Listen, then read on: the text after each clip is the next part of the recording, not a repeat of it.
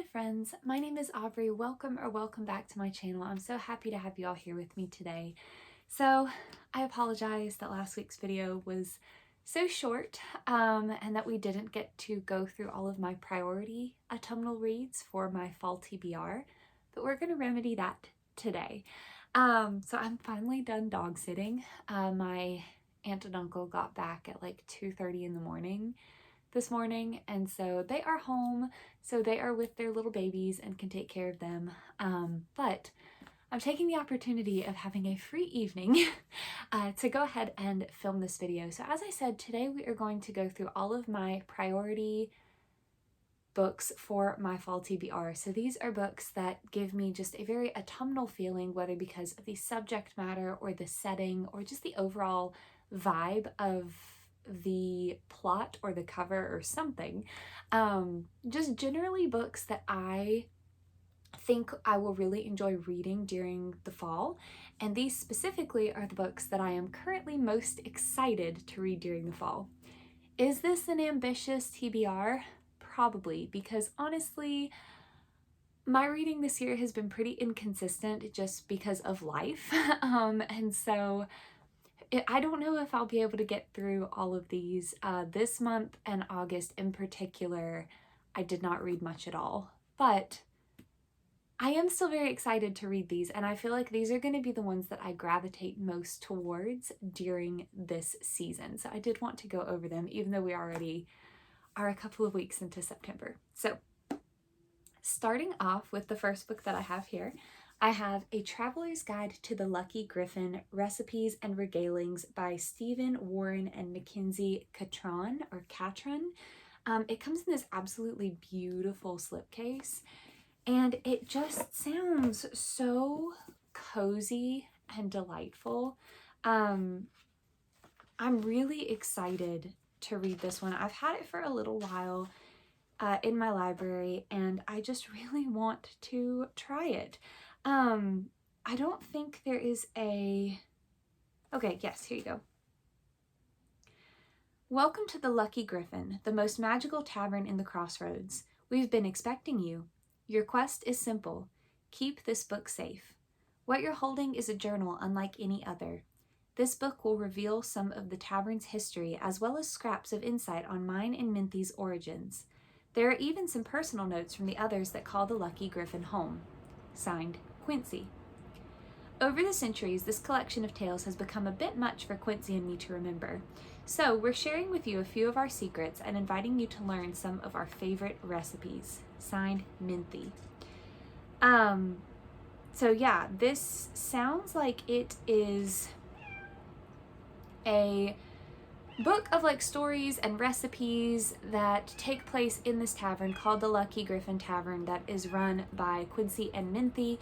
It is illustrated, and it just sounds like it's going to be so cozy. Ezio, it's okay, honey. It's okay. It's okay. And I just think that it sounds like it's going to be perfect for fall because it has that really lovely like tavern setting. It sounds like it has quite a... I think one of my lights just burnt out. Oh, it came back on. Sounds like it has quite a like medieval setting to it as well. And it's going to be full of food and that coziness that you get from the atmosphere in a tavern, and I just think it will be perfect for the fall. I feel like this is going to be one that I'm probably going to read in November as it's like starting to get colder, and I just feel like cozying up with something cozy, honestly. Alright, then the next book that I have is Babel, An Arcane History by R.F. Kuang. 1828. Traditore? I don't know how you pronounce this at all. It's an act of translation. An act of translation is always an act of betrayal. 1828. Robin Swift, orphaned by cholera in Canton, is brought to London by the mysterious Professor Lovell. There, Robin trains for years in Latin, Ancient Greek, and Chinese, all in preparation for the day he'll enroll in Oxford University's prestigious Royal Institute of Translation, also known as Babel. The tower and its students are the world's center for translation and, more importantly, magic. Silverworking, the art of manifesting the meaning lost in translation using enchanted silver bars, has made the British unparalleled in power as the arcane craft serves the Empire's quest for colonization. For Robin, Oxford is a utopia dedicated to the pursuit of knowledge. But knowledge obeys power, and as a Chinese boy raised in Britain, he realizes serving Babel means betraying his motherland. As his studies progress, Robin finds himself caught between Babel and the shadowy Hermes Society, an organization dedicated to stopping imperial expansion. When Britain pursues an unjust war with China over silver and opium, Robin must decide, can powerful institutions be changed from within, or does revolution always require violence? So R.F. Kuang has just been such a big name in the literary space recently, and I honestly haven't read anything by her, and Babel is the one that sounds like it's going to be most appealing to me out of all of her current works. And this cover is just exquisite. It's so beautiful. But I really like the idea of commentary on colonization and the history that seems like it's going to be woven in here with like the Opium Wars. And also this idea of translation, because that is something that I have found myself quite interested in lately, is how translating things, you do sometimes lose the original meaning because not everything translates perfectly from one language to another. Plus, I love a good academic setting, which I think is always perfect for the fall. So this is one that I am definitely excited to read. I've had it for quite a while. I really hope that I get to it this year. We shall see, but it definitely needs to be on this list. And then while both of those have been sitting on my shelves for a while, next I have a new acquisition, and that is The Collected Adventures of Bannon and Claire by Lilith St. Crow. So this is an omnibus of all 4 of the novels in Bannon and Claire, and it just sounds so fun and like it is right up my alley. Emma Bannon, forensic sorceress in the service of the Empire, has a mission: to protect Archibald Clare, a failed, unregistered Mentat. His skills of deduction are legendary, and her own sorcery is not inconsiderable. But a deadly conspiracy against Mentats and sorcerers alike could either seduce them into betraying their queen or get them both killed. I've said so many times before, I love a good Sherlockian story. Characters that are very reminiscent of Sherlock Holmes and Dr. John Watson, and that's what this seems to be with magic. And I just have really been enjoying my Sherlockian detective stories lately, and I'm just really excited to try this. I don't know that I will read the entire series this fall, but I at least want to start on it. So the first book is The Iron Worm Affair. So that is the one that I am officially putting on this list, and then we shall see how it goes from there. But I mean, come on. Sherlock Holmes is perfect for the fall. For the fall and the winter, I feel like are the perfect seasons to read a Sherlock Holmes inspired story. I just think. All right, and then this next one is a series that I would really also like to start this fall, and that is Blood and Tea. So I have the first book here, A Tempest of Tea by Hafsa Faisal, and this edition is just so beautiful. Was it from the Bookish Box and Shop? I think that's who this one is from. But it's just so gorgeous, and it involves vampires and a tea shop, and it just sounds perfect for fall. It says, why save the world when you can have tea? On the streets of White Roaring, Arthi Casimir is a criminal mastermind and collector of secrets. Her prestigious tea room transforms into an illegal bloodhouse by night, catering to the vampires feared by society.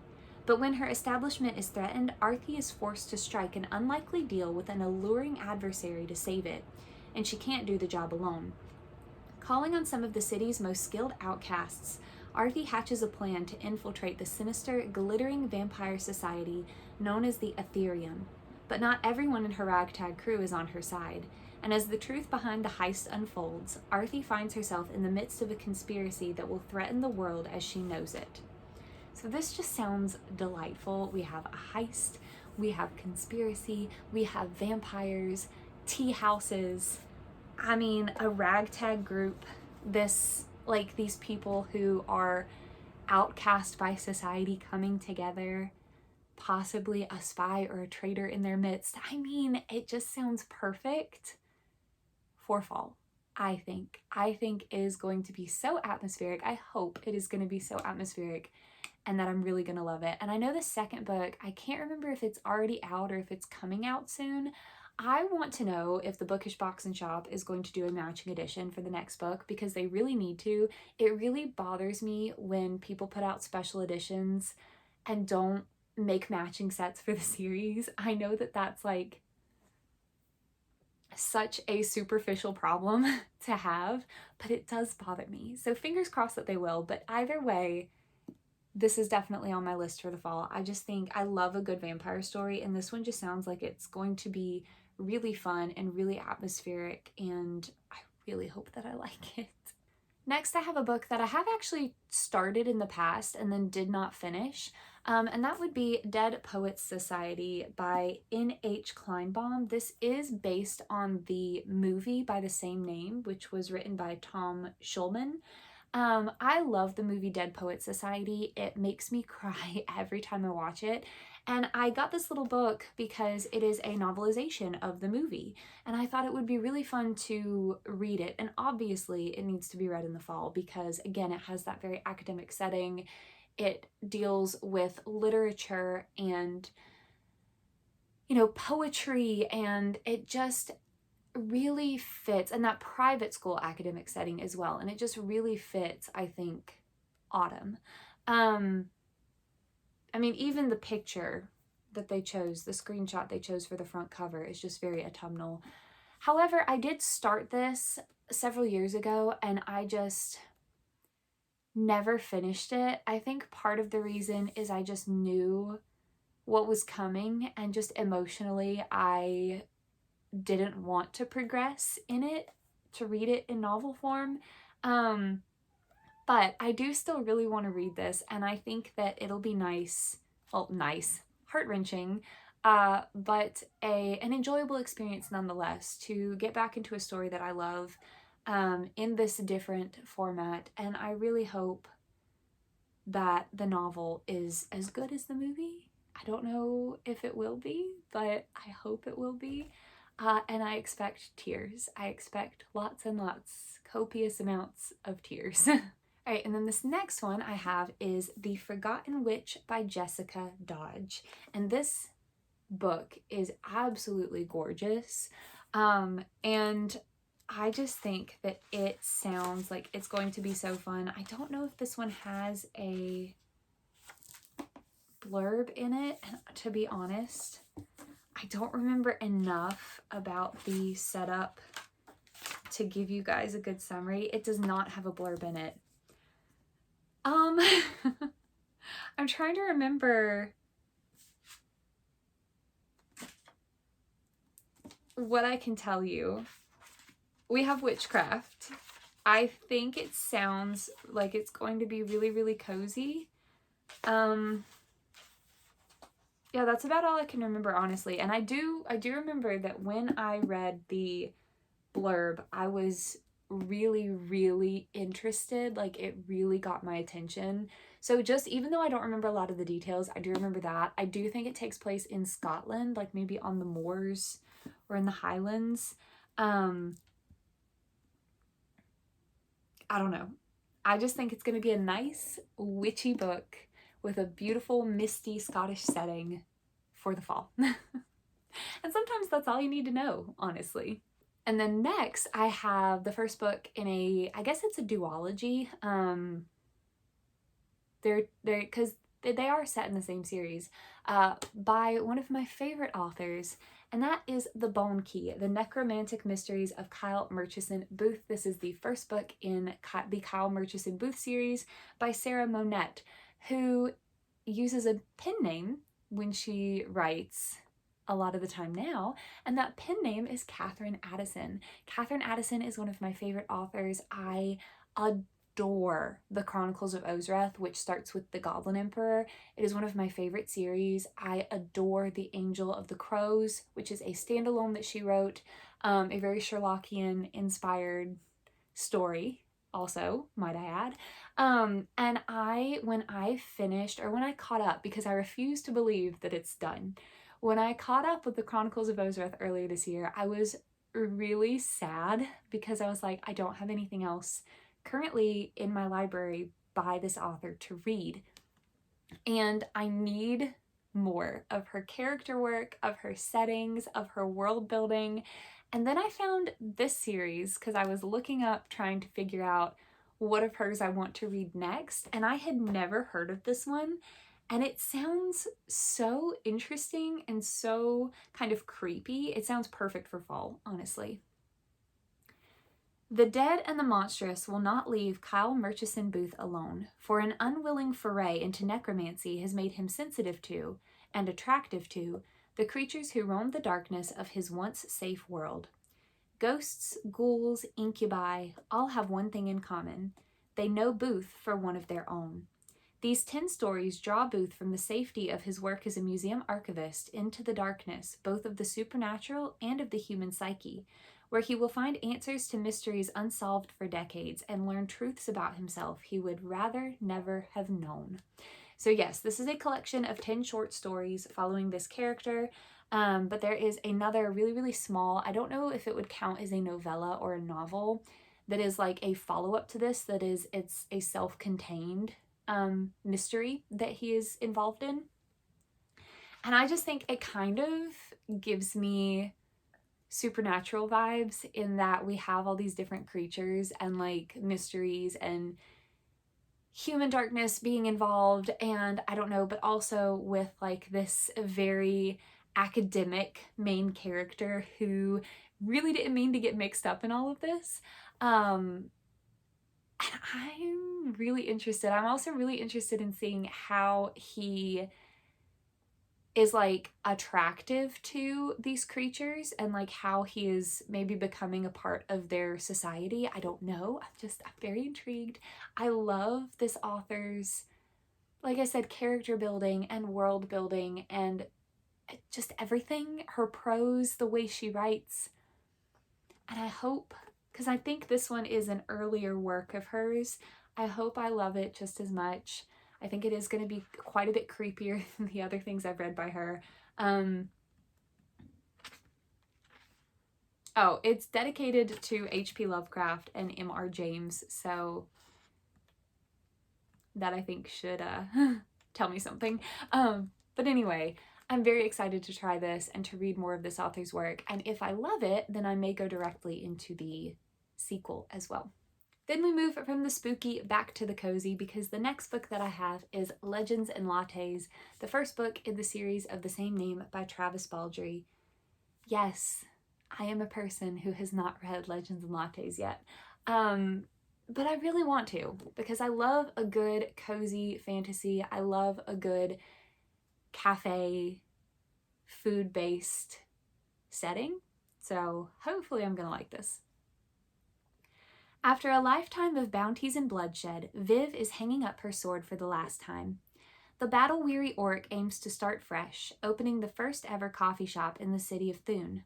But rivals old and new stand in the way of success, not to mention the fact that no one has the faintest idea what coffee actually is. If Viv wants to put the blade behind her and make her plans a reality, she won't be able to go it alone. But the true rewards of the uncharted path are the travelers you meet along the way, and whether drawn together by ancient magic, a flaky pastry, or a freshly brewed cup, they may become partners, family, and something deeper than she ever could have dreamed. So many people loved this book in particular and this series in general, and I would really like to know why. I have heard some people say that the writing style really wasn't for them. I hope that that's not the case with me. I really hope that I love it, because honestly, I could really use some more coziness in my life, so... Plus, you know, the medieval, not in this case, not a tavern, but a cafe setting with that medieval time period fantasy, almost Dungeons and Dragons like elements in there with like the different races and whatnot. It just appeals to me, and I really hope I enjoy it. Then we have another book by a different popular author who I have also not read from yet, and that would be Olivia Blake. So this is Masters of Death. This is the book by Olivia Blake that sounds most appealing to me, and so I would really like to read it and see how I feel about her writing style and her stories in general. Viola Merrick is a struggling real estate agent and a vampire. But her biggest problem currently is that the house she needs to sell is haunted. The ghost haunting the house has been murdered, and until he can solve the mystery of how he died, he refuses to move on. Fox Demora is a medium, and though he is also most definitely a shameless fraud, he isn't entirely without his uses, seeing as he's actually the godson of death. When Viola seeks out Fox to help her with the ghost-infested mansion, he becomes inextricably involved in a quest that neither he nor Vi expects or wants. But with the help of an unruly... Oh, that doesn't seem right. I think there's a typo here. But with the help of an unruly, sharp-voiced angel, a love-stricken reaper, and a few mindfulness-practicing creatures, Vi and Fox soon discover that the difference between a mysterious lost love and an annoying dead body isn't nearly as distinct as they thought. This one just sounds like it's going to be really humorous, and it's going to have that like haunted house setting, and as well as like, again, kind of a team that is thrown together like a sort of unwilling companions. I don't know. I just think it's going to be fun. I really enjoy stories that have, you know, a bunch of supernatural creatures thrown in, as long as they're done well.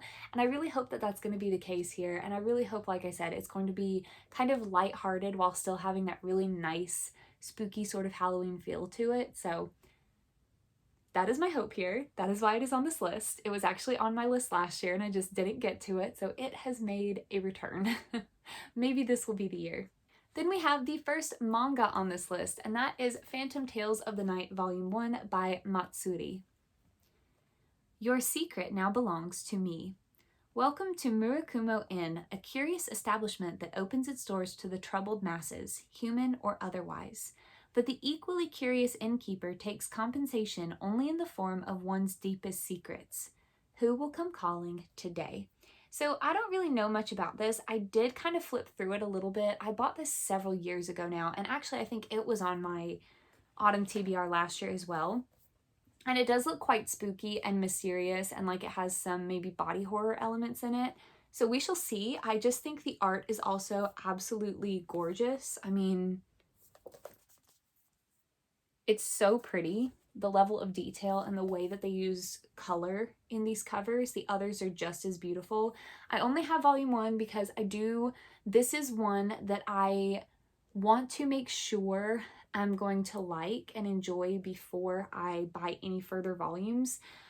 Just because horror is something that is not, doesn't always work for me. It's not a genre of movie, book, anything that I am always interested in or entertained by. In fact, quite a lot of horror movies I just genuinely don't enjoy. Not to say that they are bad or poorly made, it's just not really for me. I like a very specific kind of horror, and it's very hard to put into words what it is that I enjoy in this genre.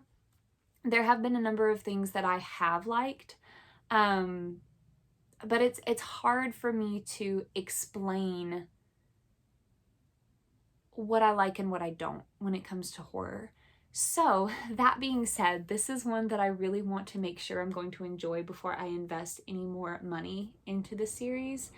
And I just keep putting it on my list and then keep not reading it. So maybe this will be the year. Maybe this will be the season that I actually get to read this. I'm very intrigued by our innkeeper character. I've seen some of the covers of other volumes in the series, and he just interests me. I want to know what his deal is. So yeah, we'll see, I guess. Maybe I will get into it. It is absolutely beautiful, and I'm hoping it'll be the kind of scary that or maybe not scary, but just the kind of, maybe scary, maybe spooky, maybe creepy, I don't know, maybe straight up horror, I don't know, but that it will appeal to me. That is the goal here, that is my hope. And then switching gears once again, we have a middle grade next, and that is Ravenfall. This is the first book in the series of the same name by Kaylin Josephson. 13-year-old Annabella Ballanque has never been normal, even by her psychic family's standards. Every generation uses their abilities to help run the Ravenfall Inn, a sprawling, magical B&B at the crossroads of the human world and the other world. But it's hard to contribute when your only power is foreseeing death. So when 14-year-old Colin Pierce arrives at Ravenfall searching for his missing older brother and the supernatural creature who killed their parents, Anna jumps at the chance to help. But the mysteries tied to Colin go much deeper than either of them expects. As the two team up to find answers, they unearth Colin's family's secret past and discover that Colin has powers beyond his imagination. And now, the supernatural creature, one with eerie origins in Celtic mythology, is coming after him. If Anna and Colin can't stop the creature by Halloween night, the veil to the other world could be torn open, which would spell destruction for their world as they know it. So this obviously is perfect for October. It's set in October, right? They're trying to solve this mystery and stop this creature by Halloween. So obviously perfect for the fall, perfect for October. The cover is really pretty and very autumnal as well. And I really enjoy a good autumn middle grade. Some of my favorite fall movies and shows are originally intended for kids, not to say that they're not also intended for adults, but they are intended that a younger audience can enjoy them. And I think that there is something very magical about the stories that we create for children or for younger audiences to engage with as they relate to fall and Halloween in particular. There's just something very magical that can be brought out. So I'm really hoping I like this one. I do also have the sequel, which I think is called Hollowthorn. I can't remember off the top of my head right now. But so again, if I like this one, maybe I could jump straight into the other one, or maybe I would save it for next fall. I don't know. And then another author who is so well loved and who I have not read anything by, and who has been on my TBR for literal years at this point, and that is Robin Hobb. I have Assassin's Apprentice. This is the first book in the Farseer trilogy, which is the first series in the realm of the Elderlings. And at this point, I just feel kind of sad every time I think about how I haven't given this series a try yet. I do. I just feel kind of sad. The Kingdom of the Six, is it duchies or duchies? Duchies? I don't know. Someone in the comments who knows, please tell me. I'm gonna say duchies for now. The Kingdom of the Six Duchies is on the brink of civil war when news breaks that the Crown Prince has fathered a bastard son and is shamed into abdication. The child's name is Fitz, and he is despised. Raised in the castle stables, only the company of the king's fool, the ragged children of the lower city and his unusual affinity with raised in the castle stables, only the company of the king's fool, the ragged children of the lower city, and his unusual affinity with animals provide Fitz with any comfort. To be useful to the crown, Fitz is trained as an assassin, and to use the traditional magic of the Farseer family. But his tutor, allied to another political faction, is determined to discredit, even kill him. Fitz must survive, for he may be destined to save the kingdom. So again, the realm of the Elderlings is just so well loved. It is so well known. It has become like a just legend in the fantasy literary community. And I want to try it, and I want to see if I like it. I've heard so many people who love it. I've also heard people who really just don't like Fitz as a character. I really hope that I do, because I just, not to say that I want to like something because other people like it, because that's not the case, but the positives that I've heard about this make it sound so wonderful. And so I really want to try this. So yeah. Maybe we can finally do it this year. It just all depends on how life treats me, but I do really want to read this one. Then we have another vampire story, and that is Scarlet by Genevieve Cogman. This is the first book in a series of which I cannot remember the name at the moment. I apologize. But as you can maybe tell, it's set in France. For one English maid, the stakes have never been higher. Revolutionary France is no place to be, especially for aristocrat vampires facing the guillotine. But the League of the Scarlet Pimpernel is determined to rescue them, and they have an ace up their sleeve. Eleanor, a lowly maid from an English estate with a striking resemblance to French royalty.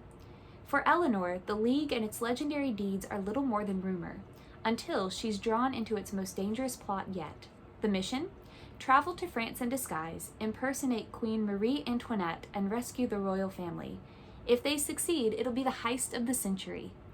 To carry out the League's ambitions, Eleanor will have to break every rule of maid's etiquette. She'll disguise herself as a man, negotiate with powerful vampires, and evade the revolution's chief agent, Citizen Chauvelin. Obsessed with the elusive Scarlet Pimpernel, Chauvelin will stop at nothing to unmask him, even if Eleanor pays the price. But there's more to fear than ardent revolutionaries, for Eleanor stumbles across a centuries-old war between vampires and their fiercest enemy, and they're out for blood. This sounds so cool. Vampire story, I want to know who their enemy is. I maybe have some ideas, but I feel like I don't know if they're correct. Set during the French Revolution, the cover, just the aesthetic on the cover is immaculate and amazing. I don't know, and it's the first in a series, and the main character sounds awesome. So that sounds great, and it's in the fall stack because vampires. So, okay, and then continuing a series, finally continuing a series that I've started, I have Bringer of Dust. This is the second book in the Talents trilogy by J.M. Miro. I read the first book, Ordinary Monsters, last fall. Oh my gosh. It was so incredible. It had me hooked so quickly. And this one is actually, I think, shorter. It looks shorter. That might be an illusion, but it looks shorter than the previous book. Ordinary Monsters was so good. We have this institute in the UK, the Cairndale Institute, that takes in children known as talents who have these supernatural abilities, and they take them in to care for and teach them how to use their abilities and protect them from society where they will not be understood, because this does take place during the Victorian era. And we have one of our main characters, I believe her name was Alice, goes on a mission to retrieve two such children. We have Marlowe, who can manipulate flesh either to heal or to harm and also glow blue, and Charlie, who can manipulate his own flesh, like can heal from anything. He's basically immortal. And Alice goes to America to retrieve these two boys and take them back to the Cairndale Institute, which she doesn't know much about, but which she is currently working for. However, there is someone else after these boys for much more nefarious purposes. And it's just so atmospheric. It's so beautifully written. The characters are so incredible. I loved everything about it. It is spooky. It is mysterious. We uncovering the mysteries of the Institute and this mysterious figure who's after these children, and just the historical setting and watching the found family start to form. Everything about it was wonderful, and I'm so excited to read this. This, if anything, is like a definite, it will be this one, because I have been waiting all year, and I'm so excited. Okay, two more on the list. The next one is a graphic novel, and that is The Hidden Witch. This is the second book in The Witch Boy by Molly Knox Ostertag. In our first book, we have our main character, Aster, who is born into a family of witches and shapeshifters. In his family, the women always become witches and the men always become shapeshifters. However, Aster has so far not been able to shift, even though a lot of his cousins are starting to find their animal forms. Instead, he finds himself very much drawn to witchcraft, and that is something that he thinks that would be very good at, and it's all that he wants to do is become a witch. but his family really doesn't understand because they have these very defined gender roles. But then something starts kidnapping Aster's male cousins, and Aster may be the only one who can save them. And I just really loved the first book and its commentary on gender norms and gender roles, and the way that it was put into this very different sort of family and these very different sort of expectations for how these parents expect their children to grow up and what they expect them to like. But the commentary on like how people should just be allowed to do what they want, right? Like there is no set thing for girls or boys to do. I really enjoyed it, and so I'm very excited to continue the series. There is also a third book, The Midwinter Witch, which I may save for winter just because it looks very snowy. But this one I definitely would like to read in the fall. And I am excited to continue it just because I do want to see how the family is continuing to adjust to everything that happened in book one. So, and then the last book on this list is another manga, and that is Witch Hat Atelier by Kamome Shirahama. This is volume 1. It is one of the most beautifully, exquisitely illustrated manga I have ever seen, and so many people rave about it, and I really want to know why. I mean, it's just absolutely beautiful, and I want to enjoy it too. Meet young Coco, curious and bright, and desperate to learn how magic's wrought. But witches keep their secrets hidden tight, and witches, Coco knows, are born, not taught. Then one day Coco spies upon a witch as he prepares the charms for which she yearns, and sees that, like her skill with thread and stitch, the truth is, magic's something she can learn. Now with this knowledge, Coco starts to try to teach herself the witch's way with charms, and yet her aspirations go awry, as Coco's magic causes grievous harm. To set things right, young Coco leaves her home, and so begins the tale within this tome. I really like how that's a poem. It's a really nice touch. Speaking of, going back to the subject of translation, I wonder how closely this poem was translated from the original Japanese. Because poetry is something that doesn't always translate well because of rhyme schemes and rules and things like that. So I don't know. Interesting question to have. But anyway, I've heard that this can be very, very dark, but very, very sweet and very heartwarming and very heartbreaking all at once. And it's just gorgeous, and it's about witches. And I mean, tell me that this setting doesn't scream fall. Medieval settings tend to make me think of fall. I don't know why, but they do. So that is my stack. That is my priority autumn TBR.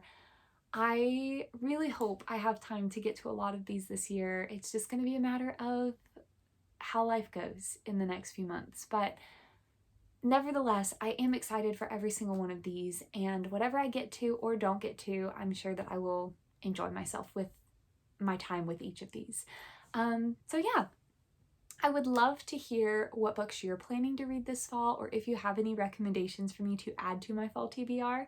I just love fall. It's my favorite season. I love it so much. So seeing other people enjoying it and like engaging with the season and finding nice things to read just makes me happy. So I'd love to hear what you're reading. And also, if you are now interested in any of these, or if you have any thoughts on them, as long as you keep all comments spoiler free, I would love to talk to you guys about them. If we want to do an emoji, I don't know, maybe a little ghost for my shirt, my earrings, maybe a little ghost emoji. If you want to leave an emoji with your comments, or you just want to let me know that you were here, you could, but you don't really have anything else to say, you could put some little ghosts down there, or maybe vampires too, maybe some ghosts and vampires, because we have quite a few vampire books in the stack. But yeah, anyway, I hope that you guys are having a wonderful day or wonderful night wherever you are, and I hope to see you in my next video. Bye!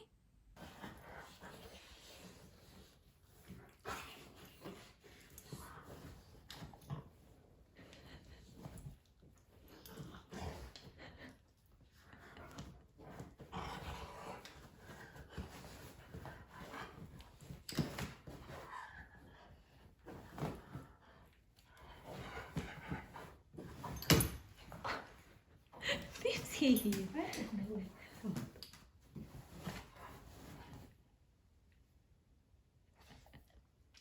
Mimzee. Are you done? She's done. Already.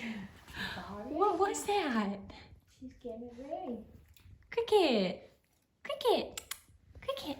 Cricket. What was that? Hey, sugars. What was that? Cricket boo.